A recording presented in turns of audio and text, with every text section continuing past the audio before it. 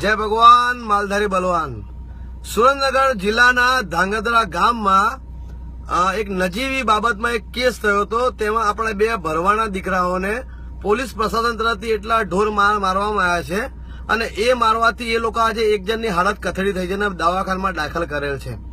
તો એવો તો કોઈ કાયદો બન્યો નથી કે આપણે કોઈ બી ગુનો કરીએ તો આપણને કોઈ મારી શકે। એટલે એ બાબતના એના સંદર્ભમાં કાલે ધાંગધ્રાથી રેલીનું આયોજન કરેલું છે। તો આજુબાજુના હળવદ બળવદ સુરેન્દ્રનગર બધા તાલુકાના જિલ્લાઓમાં કે ગામોમાં જણાવું છું કે દરેક માલધારી કાલે ધાંગધ્રામાં હાજર રહે। આપણે શક્તિ પ્રદર્શન બતાવવાનું અને કલેક્ટરને આવેદન પત્રનું આપવાનું છે કે અમને યોગ્ય નિર્ણય આપવામાં આવે।